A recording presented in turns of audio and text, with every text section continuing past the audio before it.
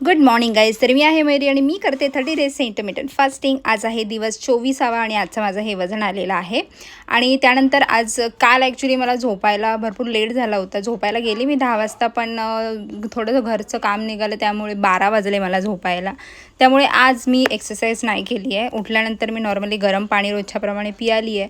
पूजा वगैरे उरकले, पण एक्सरसाइज नाही केली आहे. लेट उठली आहे मी, कारण एक्सरसाइजपेक्षा मला झोप इम्पॉर्टंट वाटते आहे यासाठी. आणि जर लवकर उठली असती मी, पण मग दिवसभर थोडंसं डोकं जड वाटलं असतं, झोप येत राहिली असती, म्हणून मी झोपेला जास्त महत्त्व दिलेलं आहे. त्यानंतर अंघोळ वगैरे उरकली, पूजा वगैरे केली आणि रोजच्याप्रमाणे ब्लॅक कॉफीसुद्धा घेतलेली आहे.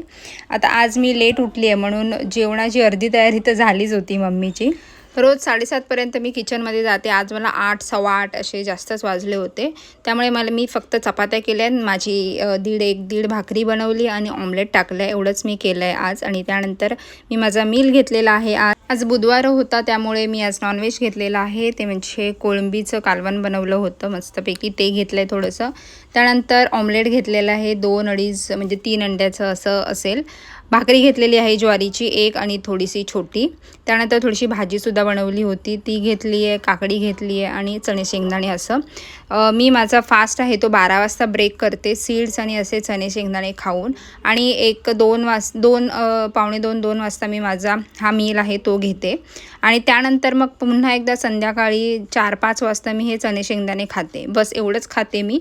बाकी त्यानंतर हा पूर्ण वेळ माझा फास्टिंगचाच असतो, कारण मी ओमॅड करते, एकच टाईम जेवायचं असं. त्यामुळे हे असा माझा पूर्ण दिवसाचा खाण्याचा टायमिंग आहे. ऑफिसला निघण्यापूर्वी मी रोज 1 ग्लास सॉल्टेड लाईम वॉटर पिते, ते घेतलेलं आहे आज. आणि पटकन ऑफिसला निघते आहे. ऑफिसला मी माझं सगळं लंच वगैरे उरकलं आहे. आणि त्यानंतर मग रात्री संध्याकाळी ऑफिसमधून घरी येते. आणि घरी आल्यानंतरसुद्धा हा माझं जे पाणी असतं हे शेवटचं असतं. पूर्ण दिवसभर मी भरपूर आणि इनफ पाणी पिते. आणि आज मी डायरेक्ट पाणी पिऊन झोपलेली आहे.